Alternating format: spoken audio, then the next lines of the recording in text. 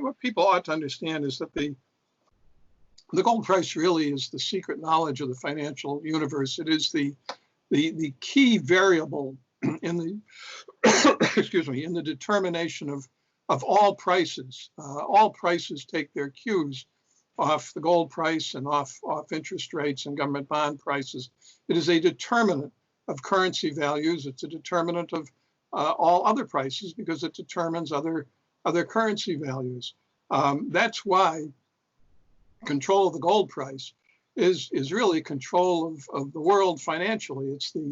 It's the control of the valuation of all capital, labor, and goods and services in the world, and that's why the true disposition location of central bank gold reserves is our secret's really more sensitive than the location and disposition of nuclear weapons, because with nuclear weapons you can only destroy the world, and then what good is that? But if you control the gold price, you control all financial valuations in the world, all currency valuations, all equity valuations, all labor valuations. And if you don't believe me, you can read the minutes of a meeting in Secretary of State Henry Kissinger's office in Washington in April 1974, in which his deputy, Thomas O. Enders, explains to Kissinger that really control of the gold price is control of all the markets, because Enders explains to Kissinger,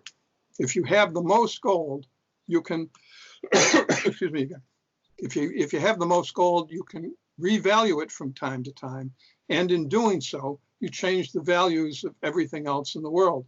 The transcript of that conversation in Kissinger's office, in which Enders is explaining to Kissinger why the United States must keep gold outside the world financial system and prevent the Europeans from remonetizing gold, because the Europeans at that point collectively had more gold now than the United States did. That transcript is still on the archive, in the archive on the internet site of the historian of the State Department. It's really a wonderful description of U.S. government policy toward suppressing the gold price, keeping gold out of the financial system to maintain the dominance of the U.S. dollar. Yeah. So in terms of the futures markets, how many, for each dollar of gold that's being traded on the futures markets, what percentage of that actual gold exists, do you think? Well, there was a hearing a few years ago before the U.S. Commodity Futures Trading Commission, in which the leverage in the gold futures market was discussed.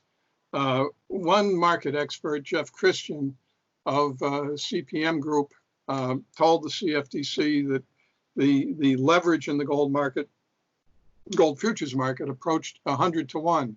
That is, some bullion banks, some investment banks, were trading 100 ounces, nominal ounces, for every ounce they had possession of. Shortly after that, the Reserve Bank of India did a study in which it estimated the leverage in the gold futures market at 92 to 1. Again, that's on our internet site too.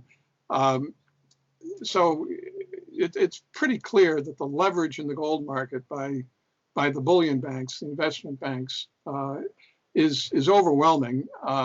It may not be as scary to them as it should be, because I think they basically are undertaking U.S. government and other government trades, and they're really just fronting for governments, giving them cover in the market, and are confident that they will be backed up by governments if they ever come into a jam. Really, it's what happened 20 years ago when the UK sold half its gold reserves. We believe that the United Kingdom was basically coming to rescue the bullion banks, who were caught dramatically short at the gold market's turn, and they would go down if the governments didn't back them up. And so the Great Britain obligingly announced that it would sell half its gold reserves. And making this announcement, it really ensured that Britain would get the lowest possible price for selling its gold reserves because it was announcing its gold sales in advance. So everybody knew that, okay, there's going to be a big bunch of gold hitting the market here. That would deter a price increase. The UK was not looking to make a profit on its gold reserves. It was looking to knock the price down to save the banks at the expense, really, of public resources. Wow.